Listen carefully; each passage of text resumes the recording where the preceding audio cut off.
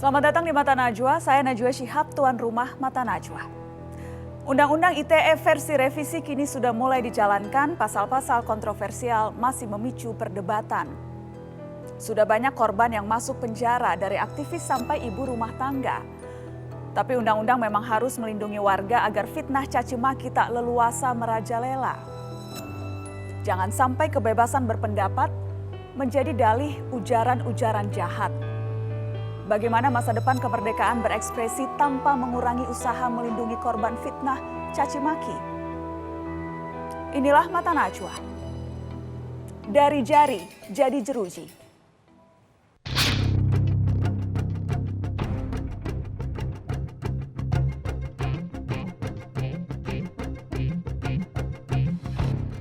Revisi Undang-Undang Nomor 11 Tahun 2008 tentang Informasi dan Transaksi Elektronik (ITE) mulai diberlakukan pada Senin 28 November 2016.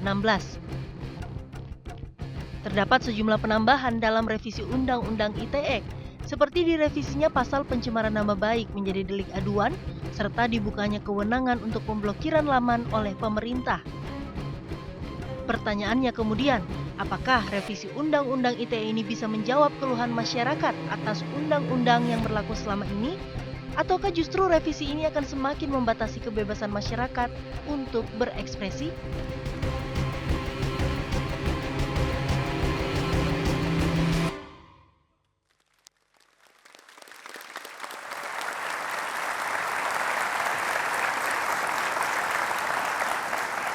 Pemirsa, Undang-Undang Informasi dan Transaksi Elektronik revisinya mulai berlaku awal pekan ini. Bisa berpotensi menjerat siapa saja yang kurang hati-hati. Contohnya dalam nuansa kampanye Pilkada Jakarta. Jerat undang-undang ini sudah terasa. Saya undang ke studio dua pihak yang berseteru di Pilkada Jakarta yang saling lapor menggunakan Undang-Undang ITE. Ada Pak Aldwin Rahadian, pengacara Buniani, serta Ketua Komunitas Advokat Muda Ahok Jarot, Mu'annas Al-Aidin. Selamat malam, Bang Mu'annas, selamat malam, Bang Aldwin. Terima kasih sudah hadir di Mata Najwa. Sebelumnya saya ingin teman-teman pemirsa juga ingat apa yang terjadi pada kasus Buniani. Kita lihat yang berikut ini.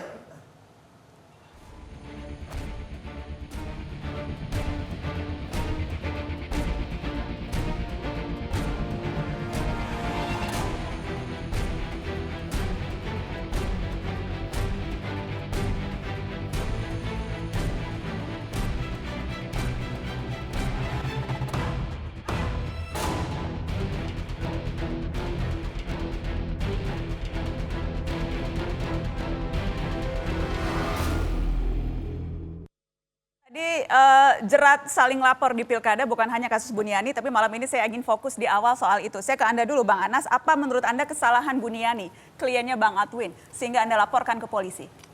Iya, jadi begini, yang perlu kita luruskan ya, supaya artinya biar publik juga kemudian tahu bahwa persoalan Buniani itu bukan persoalan video. Persoalan Buniani itu adalah persoalan transkrip yang tidak sesuai dengan video, dengan ucapannya Ahok. Dia menghilangkan kata pakai. Kenapa? Karena terjadi perbedaan persepsi. Dengan dia kemudian menghilangkan kata pakai, dibohongi surat Al-Maidah, berarti surat yang bohong, menghina Quran. Itulah yang kemudian terjadi terhadap Buniani, makanya kita laporkan. Anda melaporkan spesifik karena caption yang dia tulis, bukan karena videonya? Dan Anda melaporkan dengan Undang-Undang ITE? Kita melaporkan itu karena persoalannya transkrip. Transkrip yang tidak sesuai dengan ucapannya Ahok. Kalau ucapannya sesuai nggak ada masalah. Karena dia menghilangkan satu kata sepenggal-sepenggal. Sehingga opini publik kemudian disesatkan dengan tulisannya Buniani. Dan pada saat di Facebook itu pada tanggal 6 dini hari sebelum gaduh ormas-ormas, itu sudah diingatkan berkali-kali Buniani oleh saksi kami. Supaya apa? Dia melihat lagi, benar gak isinya. Dan dia nggak pernah mau mengakui. Bahkan beberapa kali dalam sesi wawancara saya dengan Buniani, itu tidak pernah diakui. Baik, baru diakui adalah pada saat di acara ILC dan itu publik bisa lihat di video YouTube-nya bahwa dia menghilangkan kata-kata. Baik, Bang Anas, saya harus kasih kesempatan Bang Aldwin untuk menanggapi. Apa argumen Anda? Klien Anda tidak seperti yang dituduhkan? Ya, jadi tuduhan terhadap Mas Buniani ini mengada-ngada dan tidak berdasar. Pasal yang dituduhkan itu adalah pasal 28 ayat 2 Undang-Undang ITE. Ya, seseorang dengan sengaja dan tanpa hak menyebarkan informasi yang ditujukan untuk menimbulkan kita akan tunjukkan pasal 28 ayat 2 kebencian, permusuhan berdasarkan syarat.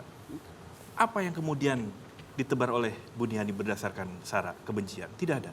Buniani ini dia mengcaption video untuk mengajak netizen berdiskusi.